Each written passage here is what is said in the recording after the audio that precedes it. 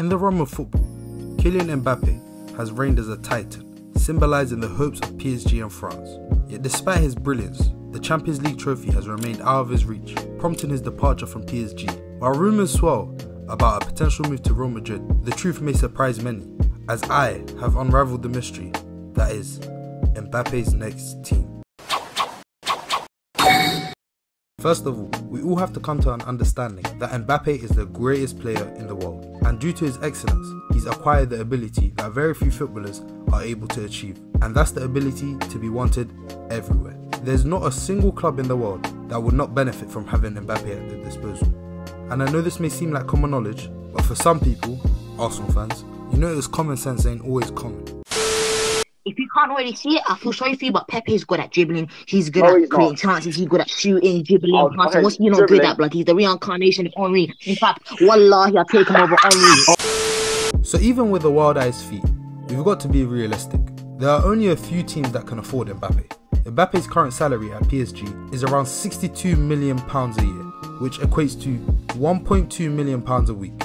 Very few teams can cope with these figures. And just to help put into perspective for you, 8 Premier League teams all spend less on their entire squad's wages compared to Mbappe. Now let's assume that Mbappe wouldn't receive a pay rise. That would only leave 8 teams in world football that would be able to afford Mbappe. These teams are Chelsea, Arsenal, Manchester United, Liverpool, Real Madrid, Manchester City, Bayern Munich and Tottenham. But the last one probably won't happen because Mbappe said this in an interview in 2021 about Tottenham. I don't think I will play for Tottenham in my life. Next up is Bayern Munich. Bayern Munich are very unlikely to sign Mbappe due to club officials having spoken with open disgust towards the finances involved in modern football, begrudgingly accepting the need to change, and that's why they splashed out on Harry Kane last summer. But this is a whole different level, and I just don't see it happening. Now that we take them away, that just leaves us with 6 teams. With finances out the way, now we have to consider, does the club align with Mbappe's ambition, aka winning the Champions League? So first up is Chelsea. Chelsea have been on a downward spiral for a few years now, and they are nowhere near Champions League football, so we can quickly discard them. Next up is Manchester United. Similarly to Chelsea, the Red Devils are down in the dumps, but there still may be a way. See, back in 2021, Nasser Al-Khelaifi, PSG's president, held talks with Rashford's camp over a potential move.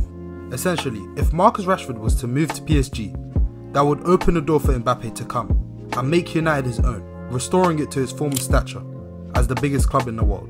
But even though there have been suggestions that Rashford could force an exit from United following an underwhelming 2023-24 season, there's no concrete indication that he indeed wants to leave Old Trafford, so we can cross United off as well. Liverpool have long been touted as one of the main suitors for Mbappe, and a large part of that is a reported bond between PSG's man and Klopp. But with Klopp's departure at the end of the season, along with Jurgen Klopp's insistence that Liverpool cannot compete with the big boys financially, has bordered on comical at times, so they're out of the question as well. And now we're down to 3, Arsenal, Man City and Real Madrid. Arsenal's re-emergence as one of Europe's top sides has come at a great time if they want to pursue Mbappe. But the question is the project 1 or 2 years too early? Hear me out. Arsenal have the players, the stadium, the stature and the gaffer. But the thing is, we are still yet to see them win anything. They have managed to develop and play an efficient style of football that is not only attractive but ensures the best out of all players, which are great signs for the future of the Gunners, but they cannot ensure Mbappe the silverware he is seeking right now, and so they're out too. So it comes down to these two, City or Madrid. When it comes to City, Mbappe would be able to receive insight and coaching from the tactical mastermind Pep Guardiola.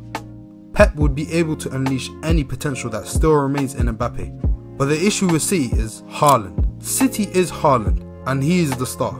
And from Mbappe's time at PSG, we have seen him clashing with other big players. It seems as if Mbappe has to be the main attraction of the show, or he won't perform.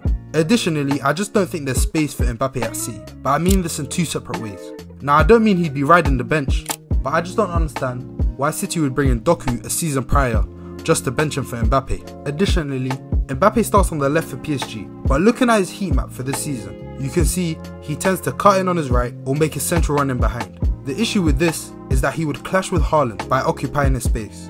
Pep and City have utilised wingers like Doku and Grealish by keeping them out wide and having them either play it back or taking on the defender to play balls into the box for Haaland. So for these reasons, I have to tick them off as well.